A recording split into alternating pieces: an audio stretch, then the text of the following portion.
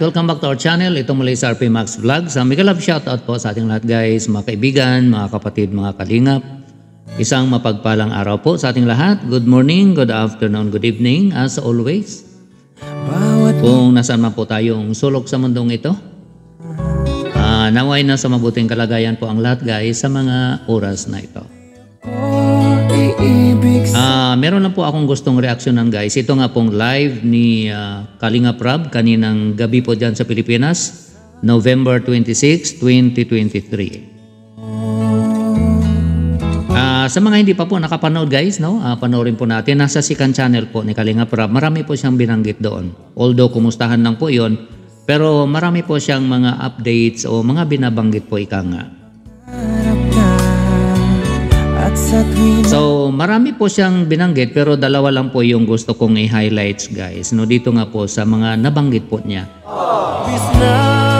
Sa nilagay ko nga po dyan sa thumbnail, pag suspendido ka, huwag mong gawin ito.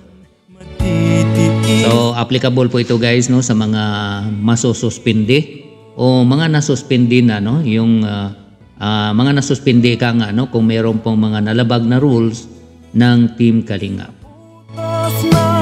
And pangalawa din po na i-highlights natin guys, ito nga pong mga biyaya na natatanggap po ni Dara. So sa nilagay nga po natin guys, Dara Miri ang Christmas. So yun po ang mga i-discuss po natin guys sa ating reaction ito.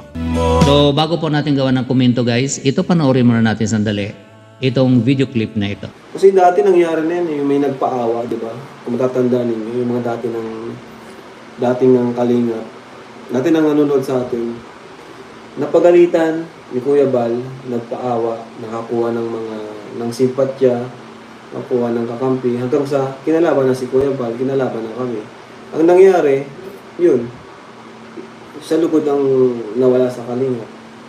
Kaya yun yung nagiging nagiging epekto kapag napagalitan ka pag napagalitan ka ng boss, tapos mapaawa ka, hanap ka ng simpatya, hanggang sa mas papanigan mo na yung mga viewers mo, yung kakampi mo, yung parang naghanap ka ng kakampi, hanggang sa yun na encourage ka na kalabanin na yung Kalingap. Tapos yun, kinalaban na nga. Yung viewers mo naman, di naman natin alam kung kapag umalis ka sa Kalingap ay susundan ka ba niyan? Diba? Hindi natin alam na pag kinalaban mo yung Kalingap, hanggang kailan ka susundan yung mga nag-ano sa'yo, mga nagsulsul sa'yo na huwag ka lang sumunod dyan. Kalabanin mo na yan kasi inaapi ka. Diba?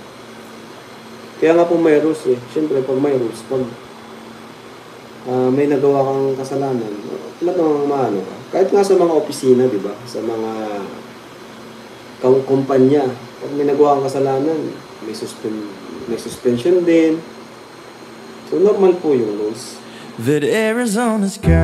Okay, so yun po guys, narinig po natin yung binanggit po ni Kalinga Prab kung ano po yung dapat wag po nating gawin.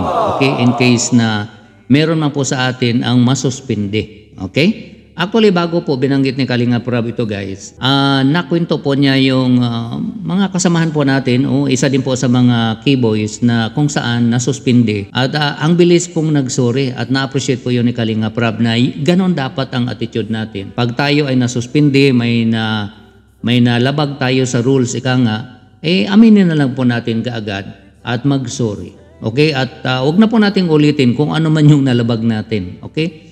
At ang sabi nga niya, dito nga po sa binanggit niya, at ito ang dapat nating iwasan. Sabi nga po ni Kalinga Prab, pag nasuspindi tayo, huwag tayong mag-live at magmamakaawa sa ating mga supporter. Kasi automatic po yan, yung mga supporters natin, sasabihin po nila, umalis ka na lang dyan, so suportahan ka namin. Ang tanong, sa nabanggit nga ni Kalinga Prab, hanggang saan ka suportahan ng mga supporters mo?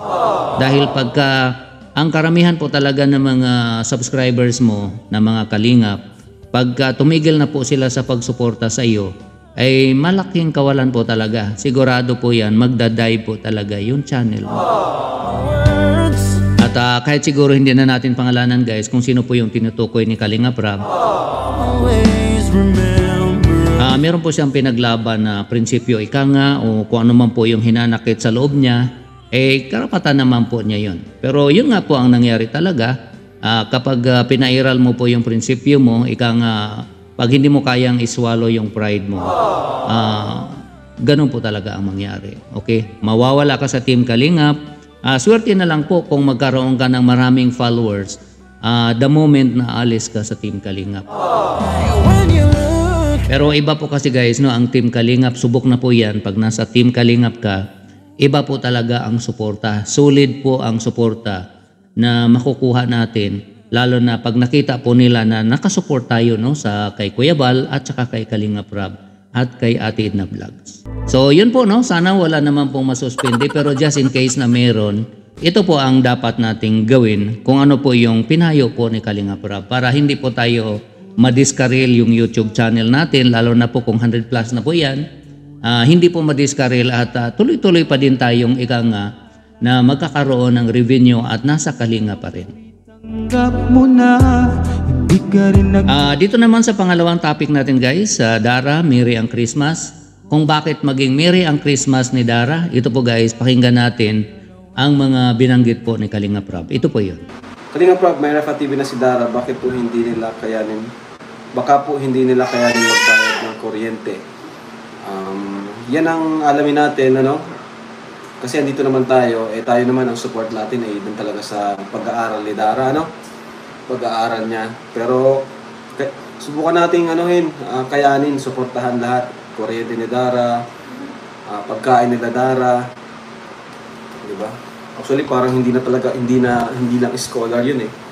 Parang inampun na rin po namin kaso nasa ibang bahay lang. Kasi po si Dara ay walang kasama. Wala yung parents niya. So wala talaga. Siya lang talaga yung Si Dara po at yung si Bea umaasa lang po talaga sa ayuda. Ayuda ko, ayuda ng sponsors. Yan.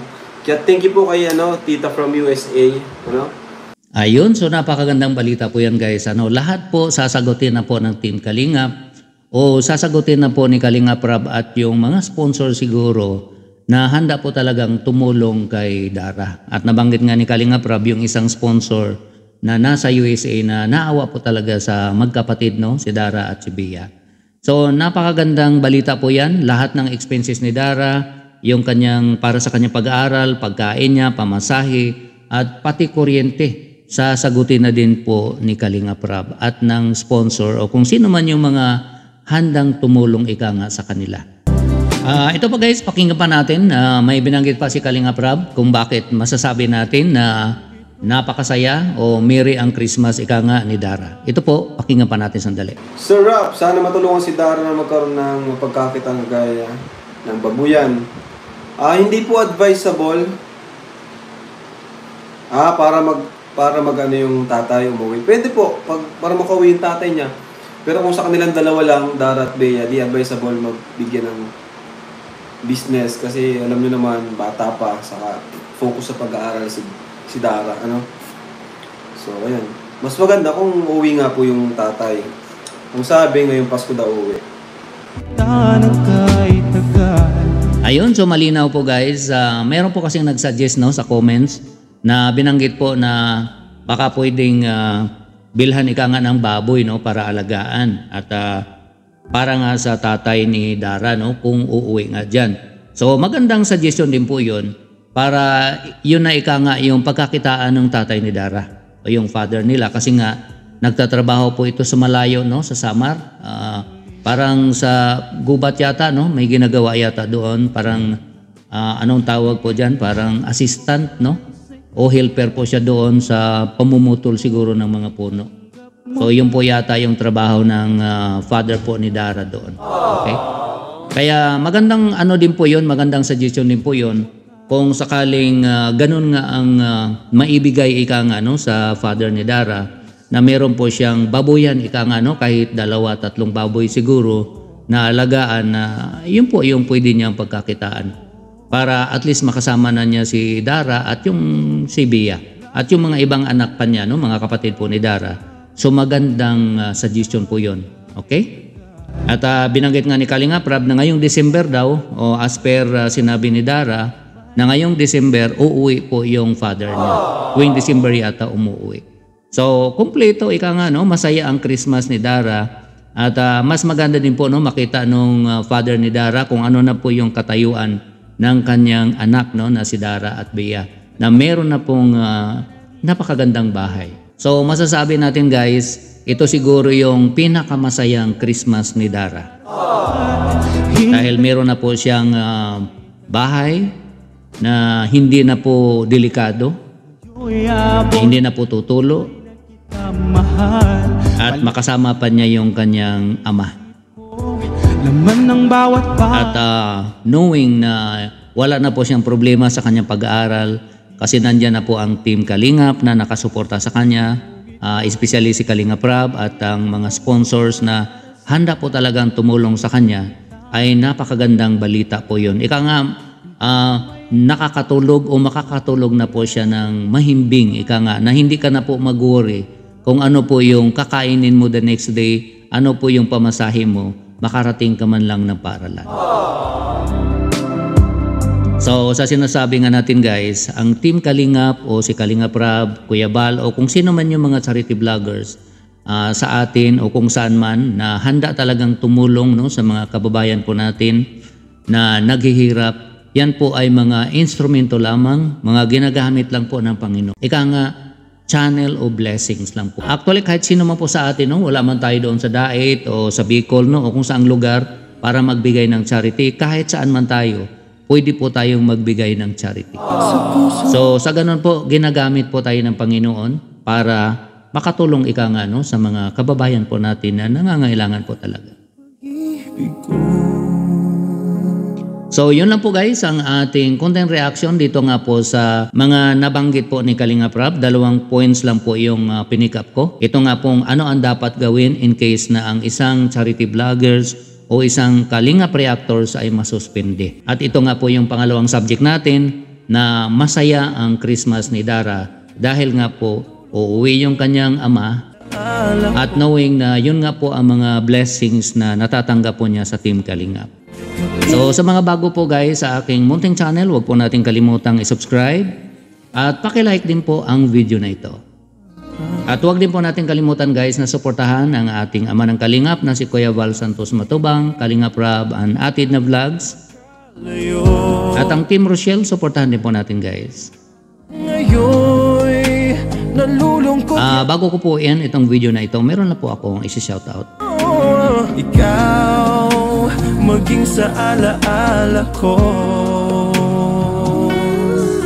Nasaan? Muli, maraming salamat sa inyong lahat guys, sa inyong walang sawang pagsubaybay at panonood po ng mga videos namin.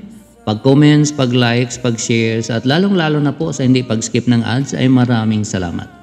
Ingat po tayo guys kung nasaan man tayo. God bless everyone. I love you all. Bye-bye.